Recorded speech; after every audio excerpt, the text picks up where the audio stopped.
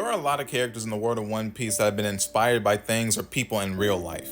One example being Captain Kidd in the real life Captain Kidd, and probably the more famous example, Blackbeard. But what if these inspirations do not stop at the pirates? Could there have been something from our world that inspired the Gorosei? I've been thinking about this a lot, and if they were inspired by something, I think I know what it would be. And that thing would be the creature from Jekyll Island. It's a pretty old book, so if you're not familiar with it, let me just give you a quick rundown. So back in 1910, a few of the world's most powerful and influential people met up on Jekyll Island to have a secret meeting. And when I say power, I mean like these people own maybe 1/4 of the entire world's wealth.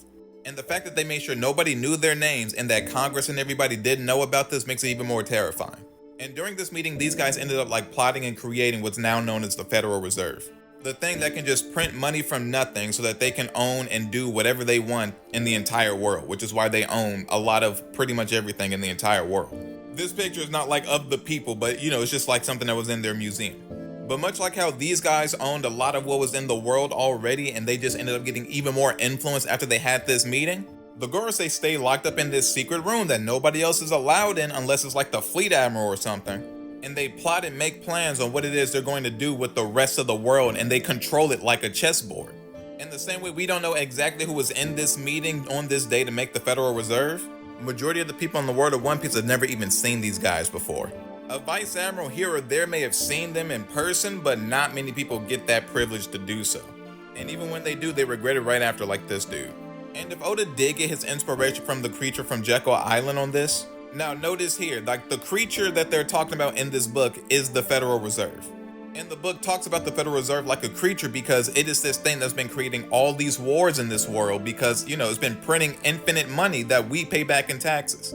But I would think that, since One Piece is a story, you can go a little more creative with it. Instead of like making the Federal Reserve the creature, maybe Oda ended up making the Gorosei the creatures themselves. Now again, I'm not saying that this is like actually what they're based off of, but like after learning a lot about that book, it's very easy to see the one-to-ones here.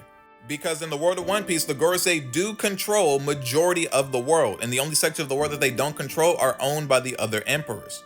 Same way the people that met up on Jekyll Island that day own 1/4 of the world's wealth, so there were still other people in the world that were really wealthy that, weren't here.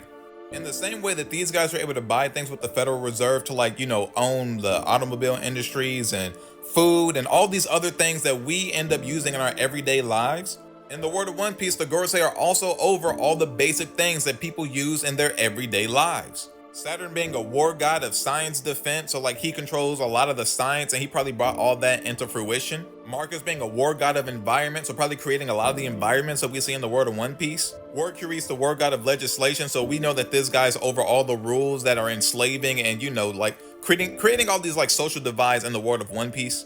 Ethan being the war god of finance, so he controls how the berry system even works in this world, so berries don't even exist without him probably. And then Peter's the war god of agriculture. So it's all the basic things that you would need to make a society come through these guys, and they are war gods over each of these different aspects of life. And I'm not saying for a fact that Oda got inspiration from the creature from Jekyll Island in order to make these guys, but what I am saying is they fit it to a T with everything that I've been telling you, right? So I just wouldn't be surprised if he did get inspiration from it. And if he did, I'm gonna say kudos for doing your research. But at the same time, I could just be a dude on the internet with too much time that ended up finding dots that didn't really connect. You can let me know down below. But quick side note, the Shanks print is finished. If you think it looks dope and you want to support me, you can go over to my Etsy shop and get one. And if you do get one, you can also save 20% by putting in the promo code ONEPIECEBREAK. So you type that in, save 20% off on your Shanks, your Big Mom, or even your Kaido, and a plethora of other things I got over there. So check it out if you want to, but it would really help out.